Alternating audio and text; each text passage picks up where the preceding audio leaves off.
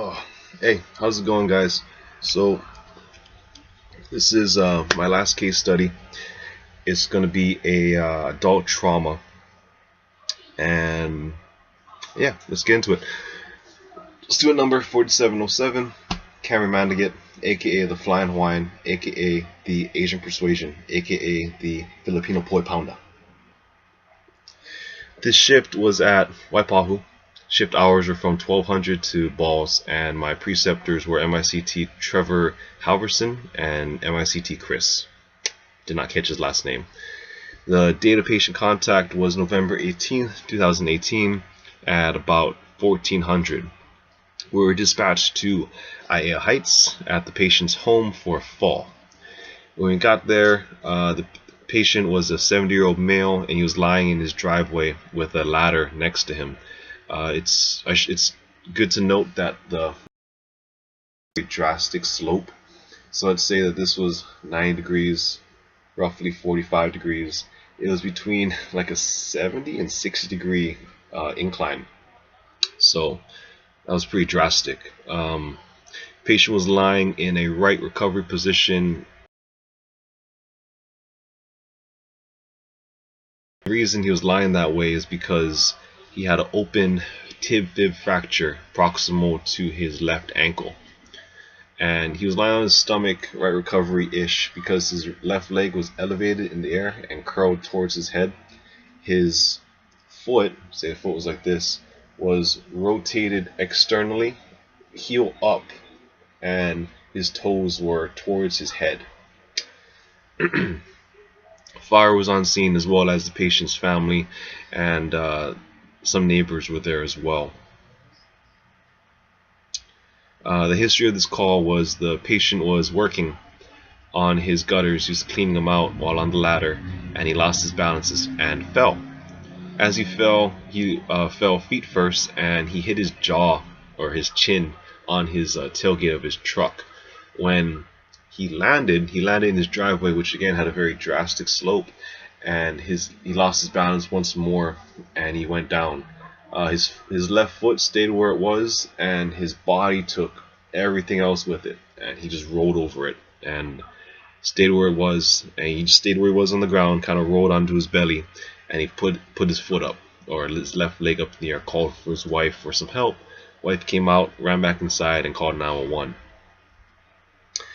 This patient's medical history: he has a history of high blood pressure and cholesterol. He takes medication for both.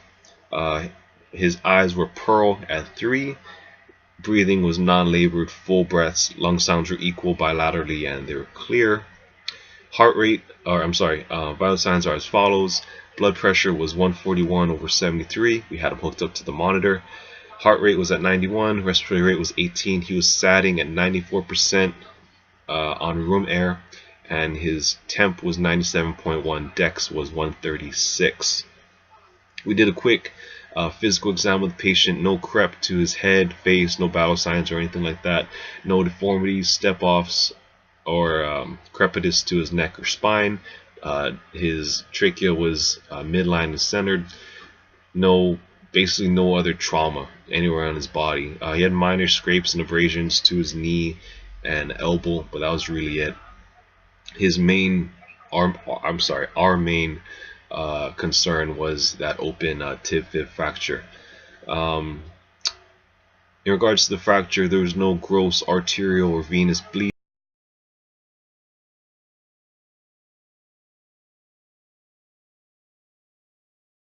We actually felt a pedal pulse, and that was pretty interesting. We didn't ask him to wiggle his toes or anything like that, just because we didn't want to, add any more injury to the muscles.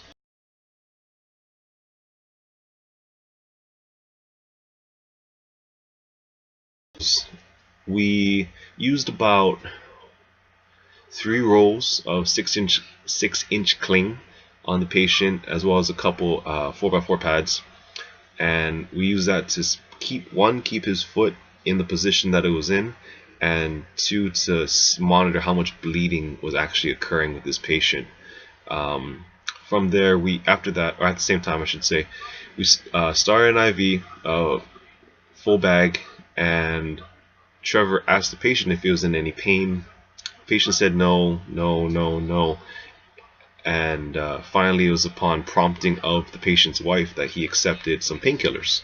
So Trevor pushed 50 micrograms of fentanyl through the IV to the patient. After that, we put the patient on the gurney in his modified right recovery prone position, put the gurney into the ambulance, and we used those orange straps to secure the patient to the gurney and to secure the leg in place because he still had it up while in the ambulance. Trevor was talking to the patient again, informed him that, hey, you know, this is going to be a bumpy ride and it might hurt some more. Would you like more painkillers? The patient agreed and said yeah.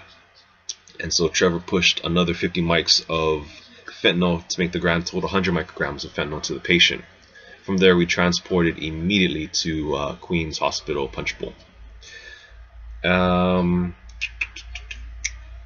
guess my feelings and observations to this call and my performance was that I was really impressed by the way that Trevor and Chris were able to divvy up responsibilities and work very efficiently together.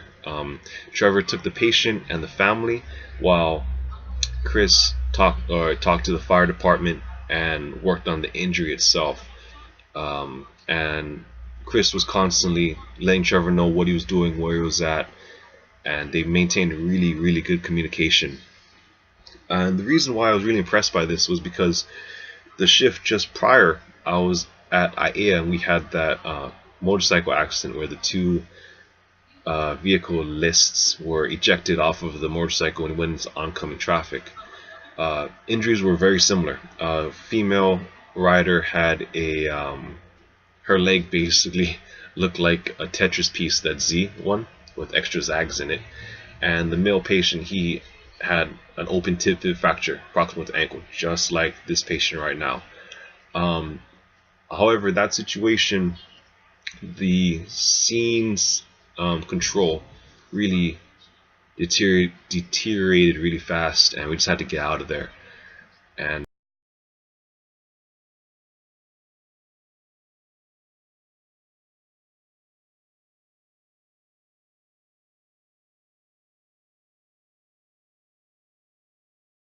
wanted to make sure that I did a lot better than I did on the motorcycle crash. Like, don't get me wrong, I didn't do anything crazy, but I noted that I was bouncing around a lot, so I wanted to make sure that I stuck with each thing that I was doing on this current patient all the way through until completion. So because I was conscious of that, I felt like I did a lot better with the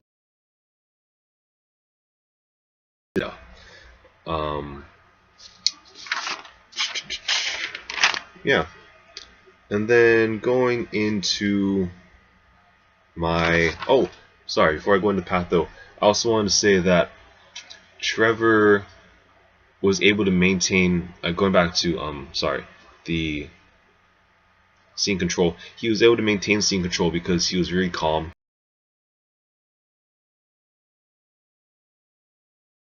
And he was able to communicate very well, and that's really important, I realized, in gruesome calls, which may not be bad in regards to the patient's condition, but just looks gnarly, you know.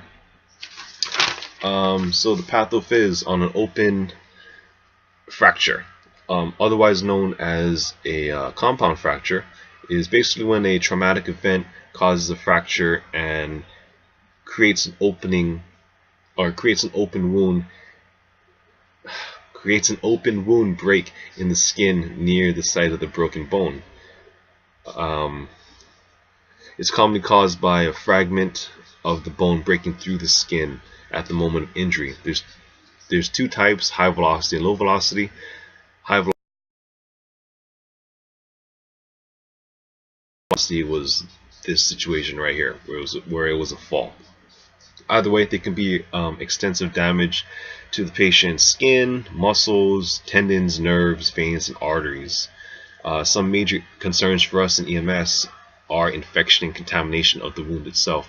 The patient was really good about keeping his foot out of the dirt and keeping it elevated so that it wouldn't, just minimize the amount of debris that got in there. And we didn't even have to clean it out that much because we didn't see too much. We didn't even see any debris in his wound. As far as compound fractures go, open fractures go, there's 4 classifications. Type 1 is greater than a 1 centimeter wound and it's clean. Type 2 would be a 1 to 10 centimeter wound, which is also clean. Type 3A is a wound that's less than 10 centimeters, but it had a high level of energy, and there's an okay amount of soft tissue covering the wound still. Type 3B is less than 10 centimeters with a high velocity but inadequate soft tissue coverage. And the last one I forgot to mention earlier is 5, not 4. The last one is 3C, and that's basically all injuries, open fractures that have that include vascular injuries, so spurting of arterial blood or oozing of venous blood. With this patient, we're monitoring his bleeding basically because we're concerned about the venous bleeding and the fact that the patient was on blood thinners, but it wasn't oozing out too bad. It didn't even soak entirely through the 4x4s. Treatment of compound or open fractures include getting rid of the debris and irrigating the wounds to clean it out really good. And then in the ER and then the surgeons, they do either a internal fixation or an external fixation. Internal, they use plates, rods and screws, and they put it either inside the bone to hold it together, or they put it just outside the bone under the skin to hold everything together. And they use this when there's very minimal skin and tissue damage, and if the bone is able to be aligned or easily aligned. It's usually immobilized in a sling or cast or splint, and the patient's given antibiotics just to make sure that it doesn't get infected. External fixation is when the bone's not ready for any permanent implants with the internal fixation, and it's for very severe fractures. The screws are placed above and below the injury site, and it's outside the skin, and that attaches to the metal or carbon fiber bars. It's kept in place until the patient or the patient's bones are ready for a internal fixation. Sometimes kept in place until it heals entirely, and that's just the end of it. Some complications with these procedures include infection, non-union, and compartment syndrome. Infection is obvious because of all the bacteria that gets into the wound. Non-union is when basically the bones they don't set and they don't accept each other. Compartment syndrome, obvious, blood's pooling under the skin and it needs to be drained.